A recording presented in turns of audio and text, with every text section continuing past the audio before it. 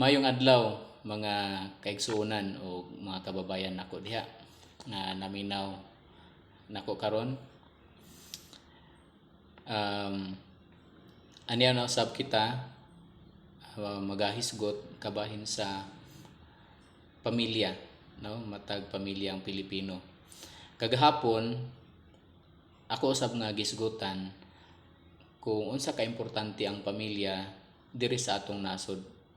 So akong gi-quote ang usa ka panultihon ni President David Umaki. Siya maingon,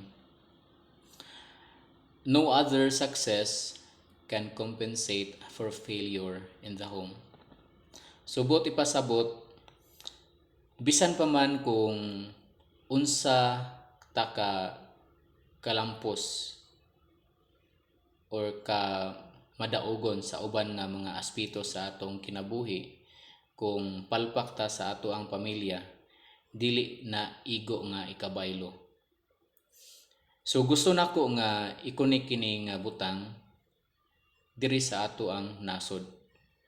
So akong nakita o siguro nakita usab ninyo nga diri sa ato ang nasod karon wala nahatagan og dako nga pagtagad sa atong gobyerno ang problema sulod sa pamilya. So atong makita nga wala gi specific sa gobyerno kung unsa man ang problema sa atong pamilya karon, wala gi specific og address sa gobyerno.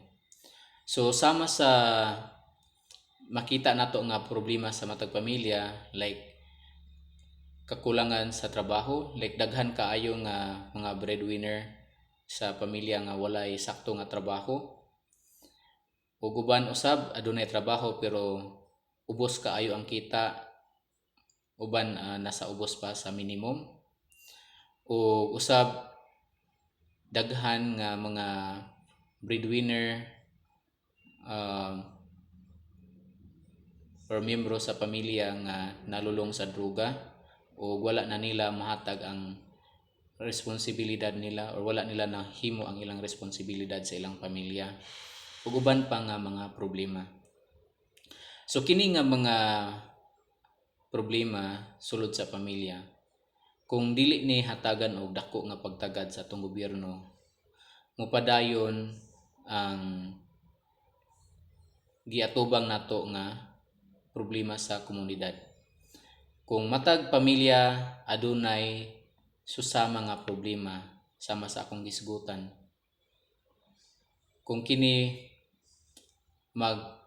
maipon diri sa atong komunidad ug maingon man diri sa atong nasod, mahimo kini nga dako nga babag sa kalambuan sa ato ang nasod. So in connection sa principle nga akong gisulti, bisan pa man kung maingon ta nga masiminto na tanang kalsada diri sa atong nasod, or maingon ta nga tungod kay usa man na sa problema karon, or bisan maingon ta nga wala nay corruption diri sa Pilipinas, kung mahitabo man kana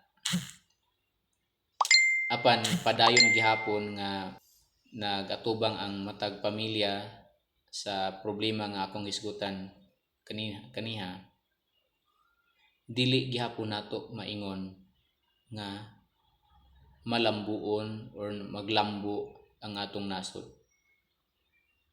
Unsaon man paglambo sa atong nasod kung ang pinaka basic unit sa ato ang komunidad problemado? So dili gyud mo asenso ang atong nasod. So